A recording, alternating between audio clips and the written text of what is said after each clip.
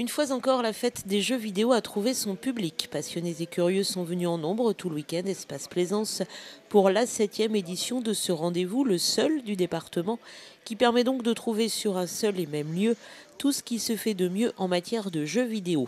Car cette année encore, l'association organisatrice Vendélan a fait fort. Bref, pour tester le must, il fallait être à Luçon ce week-end.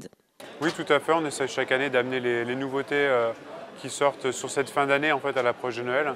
Montrer un petit peu les nouveautés disponibles. Ça permet un peu d'orienter aussi, dans quelques cas, les futurs achats pour Noël par rapport aux découvertes que pourraient faire les enfants. Ça permet de compléter les listes au Père Noël.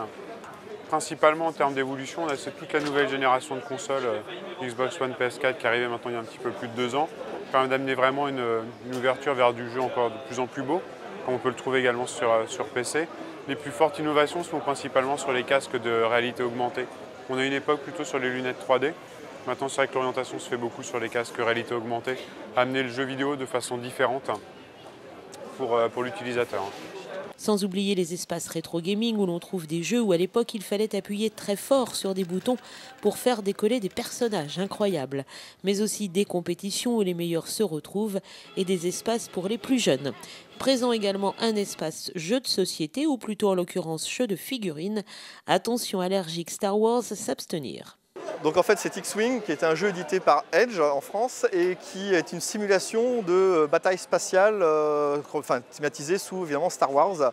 Donc ici chaque joueur doit constituer une équipe avec différents vaisseaux et ensuite doit combattre l'autre. Sachant que c'est assez simple au niveau des règles puisque vous avez juste une phase de mouvement et ensuite une phase de tir.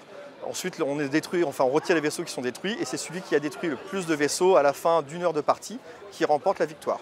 Et la passion va encore plus loin car ces mêmes amateurs de la saga viennent de lancer l'Académie de sabre laser en Vendée. Le but, faire du sport, mais attention, non pas avec des sabres classiques, mais des sabres laser. Mais ce sont tout simplement des sabres qui sont avec un manche usiné en métal et une lame en polycarbonate renforcée, qui sont relativement souples et solides, qui permettent en fait vraiment taper dessus. Ce n'est pas le jouet que vous trouvez en magasin, c'est vraiment un sabre qu'on fait importer des États-Unis, qui est vraiment fait pour ça. D'ailleurs, le sport est pratiqué depuis 1997 aux États-Unis, donc c'est pas nouveau. Et donc là, depuis cet été, la fédération s'est créée en France par quelques personnes qui sont motivées.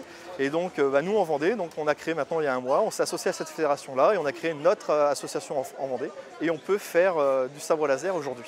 Mais cette fête n'est pas seulement un grand espace de jeu. Depuis l'an passé, le service jeunesse de la ville de Luçon tient un stand de prévention afin d'accueillir notamment les parents, parfois un peu désarmés devant ce qui peut ressembler à une addiction, car difficile de contrôler le temps que passent les enfants devant leurs écrans. On ne peut pas dire qu'on peut les contrôler parce que c'est leur nouveau monde maintenant, c'est plus du tout le nôtre. S'ils n'ont pas de jeux vidéo, ça marche plus. Les cadeaux de Noël et tout ça, les anniversaires, c'est jeux vidéo, jeux vidéo. Après, j'ai des enfants qui arrivent à se contrôler quand même.